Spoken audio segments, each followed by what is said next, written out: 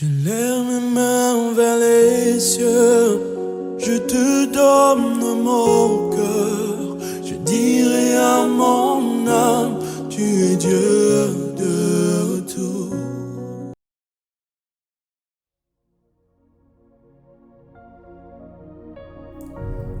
Shalom, shalom mes frères et sœurs, bonjour à vous et soyez ce matin les bienvenus à Matin Nouveau.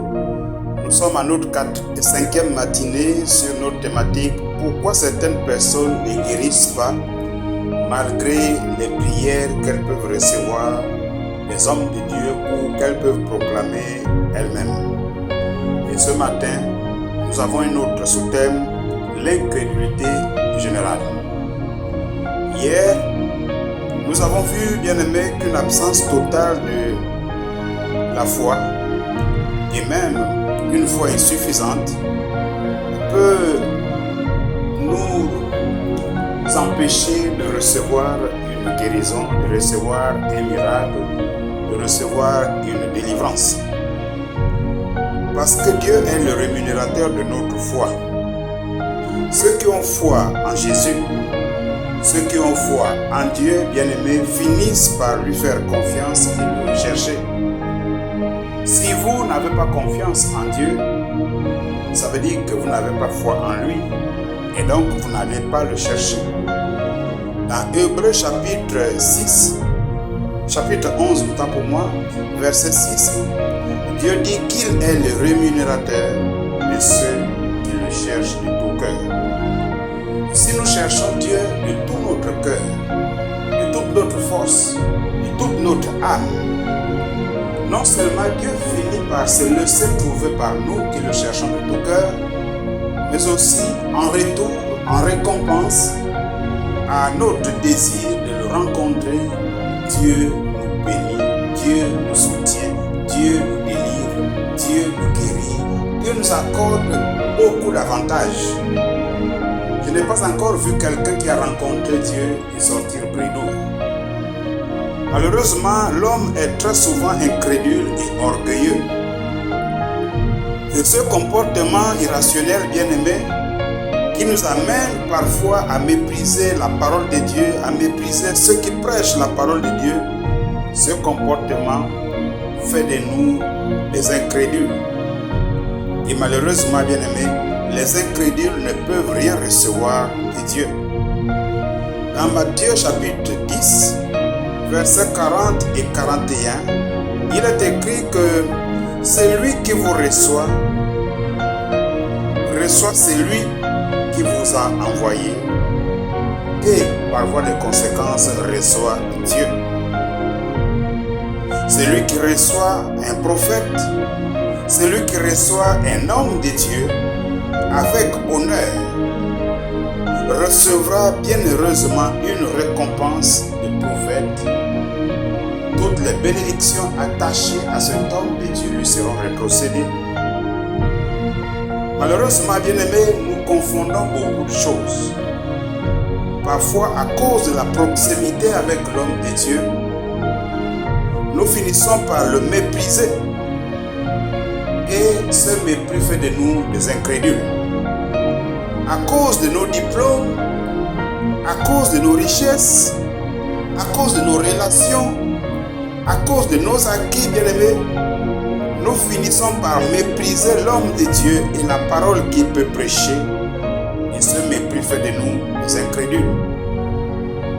À cause d'un passé sombre, d'un homme de Dieu, d'un prédicateur, parce que nous connaissons son histoire, où nous avons fait des découvertes de quelques égarements de la part de cet homme, nous finissons par le mépriser et mépriser tout ce qu'il peut faire pour la gloire du Seigneur.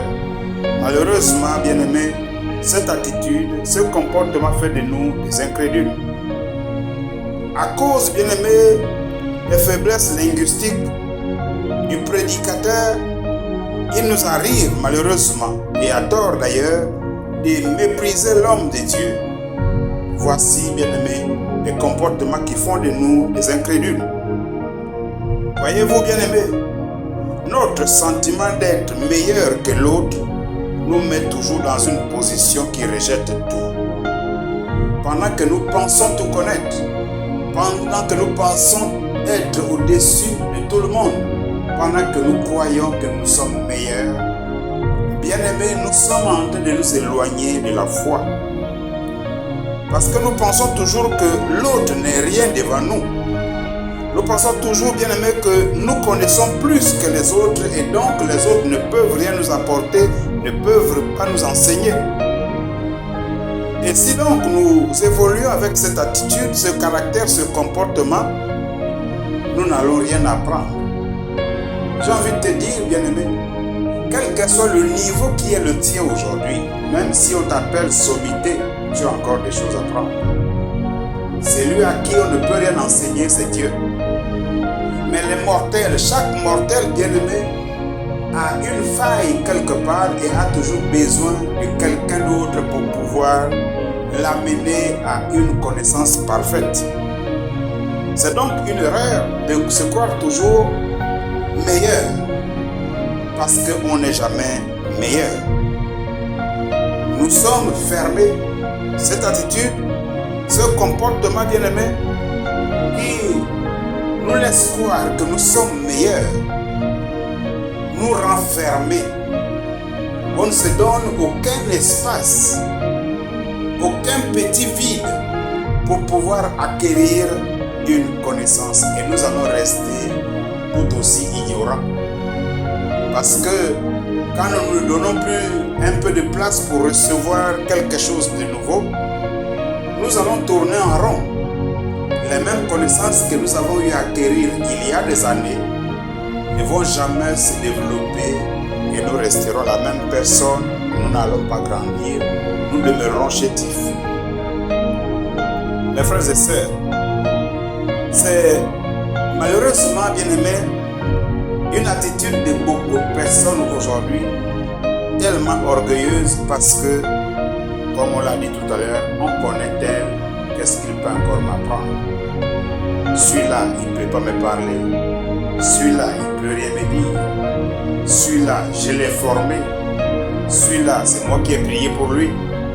Celui-là, s'il est ce qu'il est aujourd'hui, c'est moi. Bien-aimé, tu peux l'avoir formé. Tu peux l'avoir enseigné. Mais, quelque part, Dieu peut l'utiliser mieux que lui. Mieux qu'il l'a fait avec toi. Alléluia.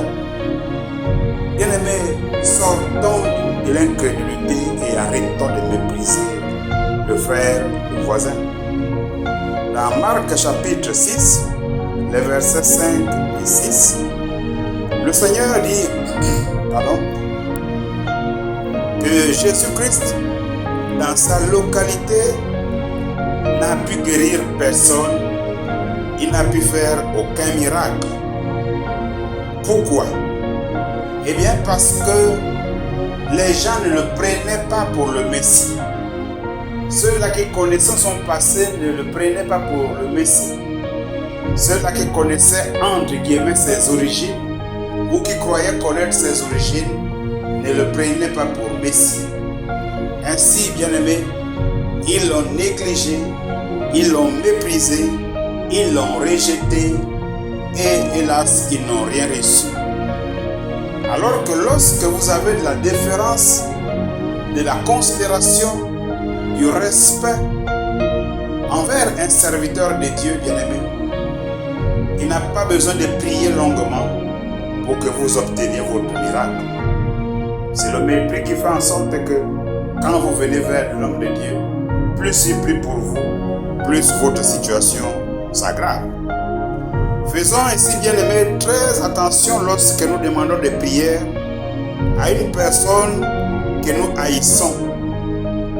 Si nous haïssons une personne, bien-aimée, ne lui demandons jamais une prière. Si, bien-aimés, nous n'avons aucune considération pour un serviteur de Dieu, évitons de lui demander une prière. Si nous n'aimons pas un homme de Dieu et tout ce qu'il fait, si nous passons notre temps à le railler, à le critiquer, évitons de lui demander une prière. Pourquoi? Dans Romains chapitre 12, verset 20, il est dit, si ton ennemi a faim, donne-lui à manger. S'il a soif, donne-lui à boire. Car en agissant ainsi, ce sont des charbons ardents que tu mets sur sa tête. Alléluia. Nous sommes tellement fiers de qui nous sommes. Nous sommes tellement fiers de ce que nous possédons, de ce que nous avons. Et le mépris de notre frère a pris du terrain dans notre vie. Et il est devenu d'ailleurs manifeste. Et au-delà de tout, nous voulons être guéris. Quel est le Dieu que toi tu pries? Parce que le Dieu de gloire, le Dieu que nous prions, qui a fait le monde, bien-aimé, il ne peut pas guérir une personne qui méprise son serviteur, qui hait son serviteur, qui se moque de son serviteur, qui injurie son serviteur. Ce n'est pas possible. Son serviteur n'est certainement pas au courant de ce que tu fais, mais Dieu le sait. Et lorsque tu iras voir son serviteur pour demander une prière, bien-aimé, voilà pourquoi il y a des personnes qui disent « Ma situation ne fait que s'empirer ». Pourquoi? Parce que tu as du mépris envers l'homme de Dieu et chaque jour tu vois l'homme de Dieu pour que celui-ci prie pour toi. Mais la Bible dit, bien-aimé, aussi longtemps, frère, que le pasteur est bien avec toi, pendant que toi tu le méprises, toutes les prières que tu lui demandes sont une malédiction pour toi. Aussi longtemps que ton pasteur te soutient, de façon générale, mais il le fait avec un bon cœur, un cœur d'amour, de paix, en tout cas il t'aime. Mais toi tu le méprises, tu l'insultes, tu le critiques. Et quand tu as un besoin, tu vas le voir pour qu'il prie pour toi. Il met des charbons ardents sur ta tête.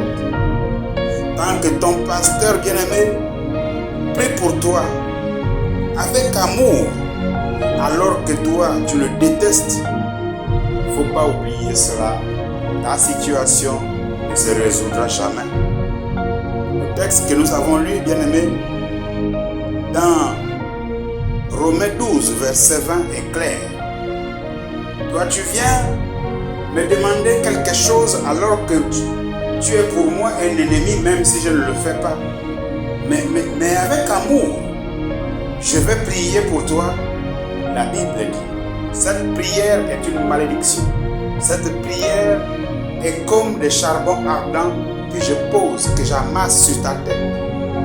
Ne demandez jamais secours à une personne que vous haïssez. Ne demandez jamais secours, soutien à une personne que vous méprisez. Ne demandez jamais secours à une personne bien-aimée qui n'a pour vous aucune valeur. Parce que toutes les fois que la personne le fait avec amour, vraiment avec amour, avec joie, avec empressement, vous êtes foutus. C'est pourquoi beaucoup de personnes peuvent se plaindre. Mais ma situation, plus je prie, plus ça s'aggrave. Est-ce que tu as regardé dans ton cœur? Quelle est la pensée que toi tu as pour l'homme de Dieu? Voilà de telles situations quand on ne vous l'enseigne pas, bien-aimé. Nous pensons être meilleurs, nous pensons être bons, nous pensons être au-dessus de tout le monde. Nous méprisons notre pasteur toute la journée. Vous êtes restés à injurier, à critiquer, à calomnier, à accuser le pasteur. Et le soir, pasteur, j'ai un problème, prie pour moi. Et le pasteur, ignorant tout ce que tu es en train de faire, ou bien même s'il le sait, mais rempli d'amour, parce que celui qui a l'amour de Christ n'a pas le temps de critiquer. Il n'y a pas d'espace de critique dans sa vie, dans son cœur. Et il le fait avec amour. Alors cette prière, bien-aimé, ne viendra rien arranger dans ta vie. Cette prière arrangera quelque chose dans la vie du pasteur, mais pas dans la tienne. Parce que le pasteur, lui, travaille avec amour pour une personne qui le hait. Vous voyez?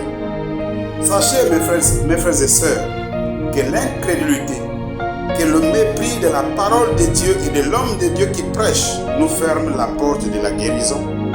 Pourquoi certaines personnes ne sont pas guéries? Nous avons vu, première raison, l'insuffisance ou l'absence d'enseignement de la vérité. Deuxièmement, nous avons vu l'insuffisance ou l'absence de la foi. Aujourd'hui, nous avons vu l'incrédulité ou le mépris général de l'homme de Dieu et de ce qu'il fait. Père éternel, aide-nous. Je suis votre frère Jean-François Mangongo. Passez une bonne journée. Alléluia.